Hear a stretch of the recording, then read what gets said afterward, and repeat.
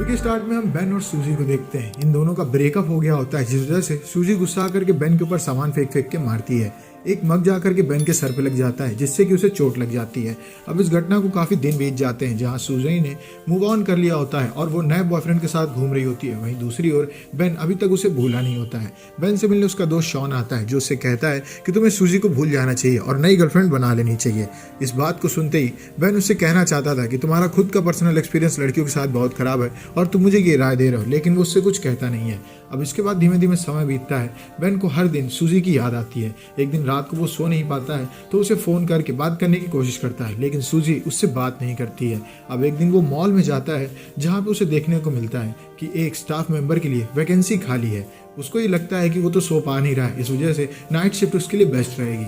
वो जागता है वहाँ पे इंटरव्यू देने के लिए, जहाँ का मैनेजर एक एक्स फुटबॉल प्लेयर होता है। बेन उसको देख करके सोचता है कि समय बहुत जल्दी कटता है और कब कहाँ पे कौन आ जाए ये हम लोग कुछ भी नहीं बता सकते। अब वहाँ पे वो जॉब करने लग जाता है, जहाँ पे उसकी मुलाकात शेरन से होती है। शेरन वहीं पे काम किया करती थी और बेन एक दिन नोटिस करता है कि मैनेजर शेरन के साथ कुछ गलत तरीके से पेश आता है। अब वहाँ के 8 घंटे सभी लोगों को काफ़ी बोरिंग लगते हैं। बेन ये नोटिस करता है कि सभी स्टाफ मेंबर अपने अपने तरीके से उन 8 घंटों को बिताते हैं, जहाँ पे शेरन घड़ी को नहीं देखती है, क्योंकि उसे ऐसा लगता है कि घड़ी देखने से टाइम और धीमे चलने लगता है। और वहाँ पे 2 और स्टाफ मेंबर काम किया करते थे, जो कि आपस में मस्ती करते थे और वो कस्टमर्स के बैगेज में दूसरा सामान डाल करके उनकी तफरीह किया करते थे।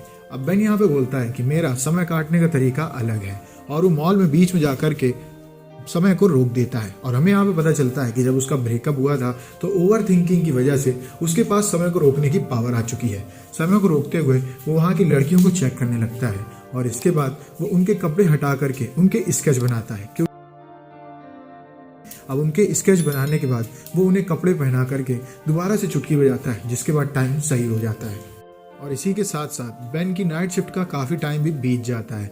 हम देखते हैं कि बेन अक्सर ऐसा किया करता है, जहाँ पे एक दिन उससे मिलने उसका दोस्त शॉन आता है और उससे फिर से वही बात कहता है कि तुम्हें नई लड़कियों को अपना दोस्त बना लेना चाहिए। बेन फिर से टाइम को रोकता है और वो याद करता है बचपन का उस समय जब वो और शॉन एक अडल्ट मैगजीन को पढ़ रहे थे और शॉन की मम्मी वहाँ पे आ गई थी और उन्होंने उन दोनों को देख लिया था। इसके बाद बेन याद करता है एक और लड़की को, जो उसके टाउन में रहा करती थी और वो पैसे लेकर के अपने कपड़े उतारा करती थी। और बेन और उसके दोस्त लाइन लगा करके उस लड़की से मिलने जाया करते और उस लड़की को देखा करते थे।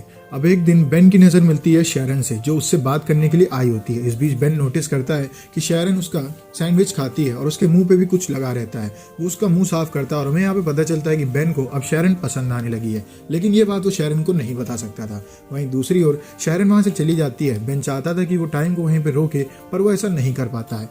अब बेन वहाँ से आगे जा रहा होता है, तभी मैट उससे मिलते हुए कहता है कि मैं शेरन के साथ आज डेट पे जाने वाला हूँ। ये बात सुनते ही बेन को काफ़ी बुरा लगता है, लेकिन वो उससे कुछ कहता नहीं है। बेन बताता है कि मेरे साथ अक्सर ऐसा हुआ करता है। सालों पहले जब बचपन में मैं स्कूल में पढ़ता था, तो मुझे एक लड़की पसंद थी, जिसका एक बार हाथ टूट गया था और सब लोग उसके प्लास्टर पे साइन कर रहे थे। उसने मुझसे खुद कहा कि मैं उसके प्लास्टर पे साइन करूँ, जिसके बाद मैंने उसके प्लास्टर पे साइन किया। लेकिन थोड़े दिनों बाद जब उसका हाथ ठीक हो गया, तो उसके हाथ में काफ़ी सारे बाल आ गए थे। इस वजह से सब लोग उसका मजाक उड़ाने लगे। इसके बाद बेन उसके पास जाता है और उससे कहता है कि तुम जैसी भी हो खूबसूरत हो, मुझे तुम ऐसे ही पसंद हो। इसके बाद वो दोनों साथ में टाइम स्पेंड करने लगते हैं, जहाँ एक दिन वो लड़की बेन से कहती है कि क्या तुम मुझे किस करना चाहते हो। बेन उससे कहता है कि कल स्कूल में कोई नहीं आएगा, तब हम लोग यहाँ पे मिलेंगे और किस करेंगे। अगले दिन बेन स्कूल में जाता है, लेकिन वहाँ पे वो लड़की नहीं आई होती है और उसको पता चलता है कि उस लड़की का यहाँ से ट्रांसफर हो चुका है।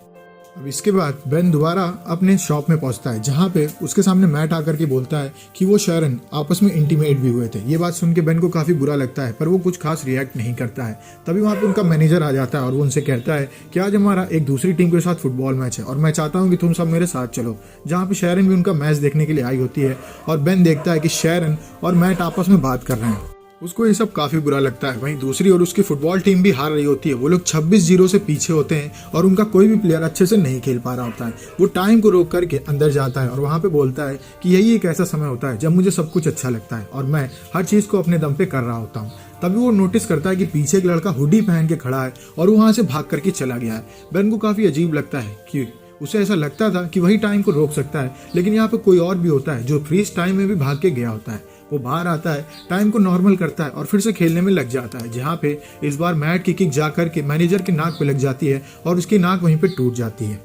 बेन और शैरन कैफे में बैठे रहते हैं जहाँ पे बेन शैरन से मैट के बारे में पूछता है। शैरन बताती है कि वो और मैट बस एज अ फ्रेंड मूवी देखने के लिए गए थे। ये बात बेन को काफी पसंद आती है। वो दोनों एक दूसरे के काफी करीब आ जाते हैं और बेन शैरन को उसके घर छोड़ने के लिए जाता है जहाँ पे ऑलमोस्ट वो दोनों एक दूसरे को किस करने वाले होते हैं, लेकिन अभी भी वो एक दूसरे के लिए कंफर्म नहीं होते हैं। इस वजह से वो अलग हो जाते हैं। वहीं दूसरी ओर मैनेजर बेन को अपने पास बुलाता है और वो पूरे क्रू से कहता है कि मेरा बर्थडे आने वाला है और मैं चाहता हूं कि बेन मेरे घर में पार्टी को ऑर्गेनाइज करे। बेन को इस चीज़ों का एक्सपीरियंस नहीं होता है, इस वजह से वो अपने बेस्ट फ्रेंड शॉन के पास जाता है। शॉन उसको एक पब में लेकर के जाता है जहां बार डांसर से उनकी मुलाकात कराई जाती है। डांसर उन्हें बताती है कि मैं उस डेट पर नहीं आ सकती हूँ क्योंकि मैं बहुत बिजी होने वाली हूँ, मैं अपनी फ्रेंड को वहाँ पर जरूर भेज दूंगी। इसके बाद शैरन मिलने आती है बेन से और वो उससे कहती है कि हम पार्टी में साथ में जाएंगे। असल में ये उन दोनों की एक डेट होती है। वहीं दूसरी ओर बेन के पास एक दिन आर्ट गैलरी से फोन आता है। वो लोग बोलते हैं कि हमें आपकी डिजाइन काफी पसंद आए।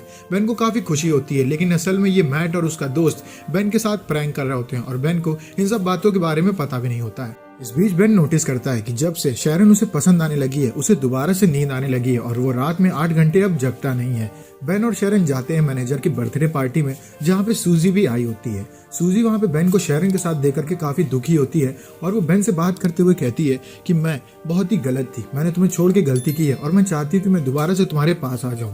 बेन उससे मना करते हुए कहता है कि अब ये सब नहीं हो सकता है। वहीं दूसरी ओर शैरन को मैनेजर किस करने की कोशिश करता है और उसके साथ फ्लर्ट करने की कोशिश करता है।